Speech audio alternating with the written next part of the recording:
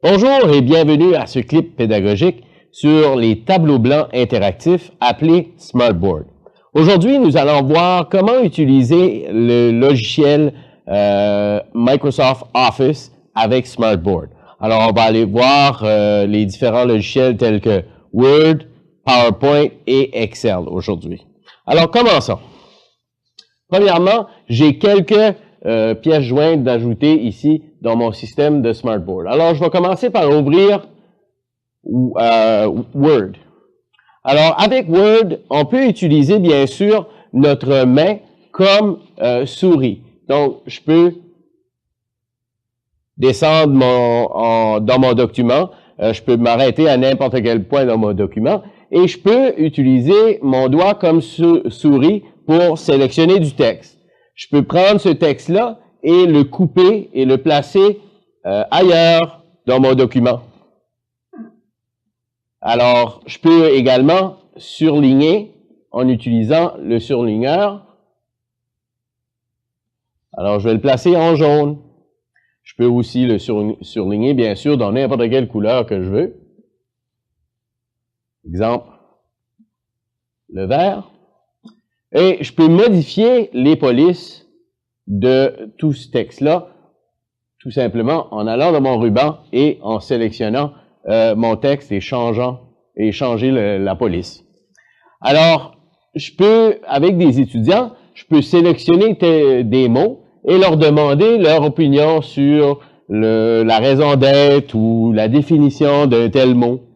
Je peux également utiliser mon crayon pour encercler certains mots à l'intérieur du texte.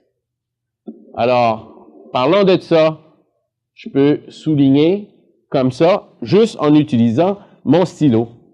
Et lorsque j'ai fini ça, j'ai tout simplement besoin de sauver une copie de mon document sur mon Smartboard. Alors, plus tard, je peux également l'utiliser pour l'imprimer et le distribuer à nos étudiants. Alors, vous pouvez voir, ceci, c'est une image comme une diapo, et je peux imprimer ces diapos-là avec les modifications que j'ai faites directement avec Smartboard. Alors, passons maintenant au logiciel de PowerPoint.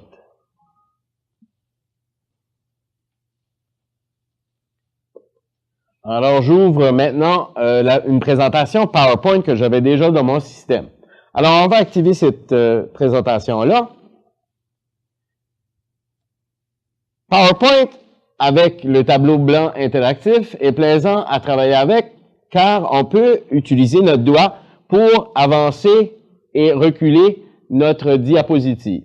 Alors, si vous touchez l'écran en quelque part et vous faites un autre clic à la droite de ce premier clic-là, ça va faire avancer le diapositive. Et si vous faites l'inverse, un clic en quelque part et ensuite un clic de gauche, ça fait reculer votre diapositive. On va reculer à la première. Alors, une autre option pour avancer et reculer les diapositives, c'est en utilisant les outils qu'on a directement en bas à gauche de notre écran. Alors, j'avance, et je peux également faire reculer cette diapositive-là. Alors, si je veux également utiliser les crayons, je suis capable de faire ça. Je lève mon crayon et je peux encercler un élément important que j'ai dans ma présentation. Ce qui rend l'interactivité de ma présentation encore plus prononcée, car je suis en train de, personnellement, être interactif avec le contenu comme tel. Une autre chose que je peux faire, je peux surligner ou souligner dans une autre couleur, le vert, le bleu, un gros cercle en noir. Alors, je peux également, vous voyez, il y a de l'espace ici, je pourrais également faire des dessins carrés, je peux écrire,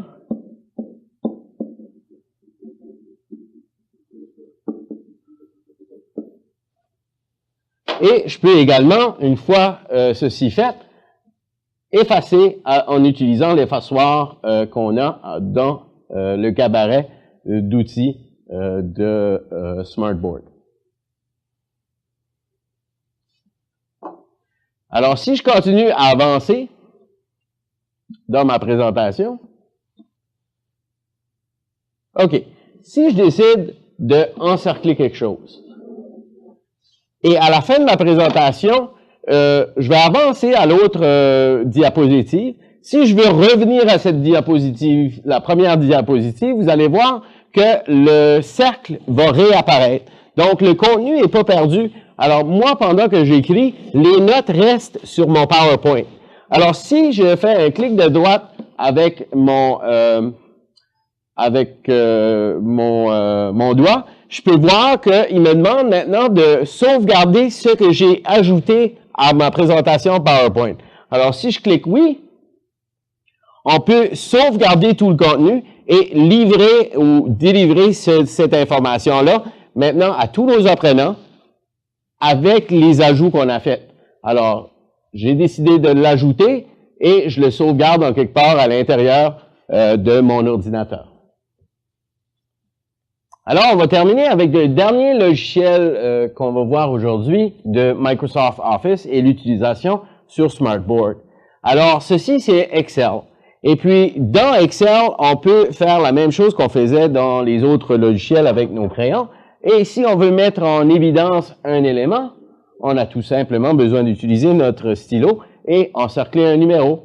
On peut aussi utiliser notre doigt pour sélectionner une case. Alors, si je veux mettre du jaune à l'arrière de cette cellule-là, j'ai tout simplement besoin de cliquer sur le petit sceau de peinture ici et ajouter de la couleur. Si je veux changer des couleurs de la police ou changer la grosseur de la police, j'ai tout simplement besoin de faire les clics. Pareil comme si j'avais une souris et puis je peux faire les modifications.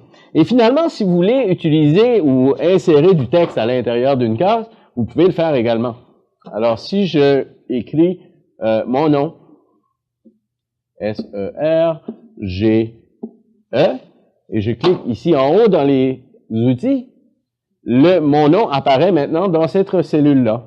Je peux également créer des formules et ajouter une formule.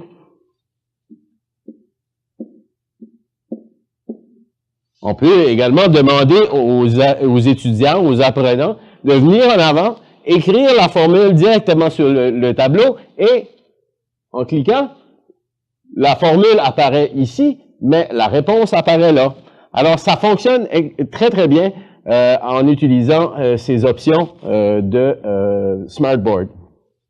Alors, vous pouvez également utiliser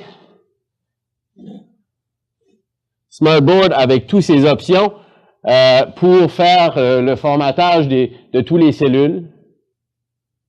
Alors, on peut changer la grosseur de nos éléments, changer tout ce qu'il y a à l'intérieur de chacun de ces cellules-là.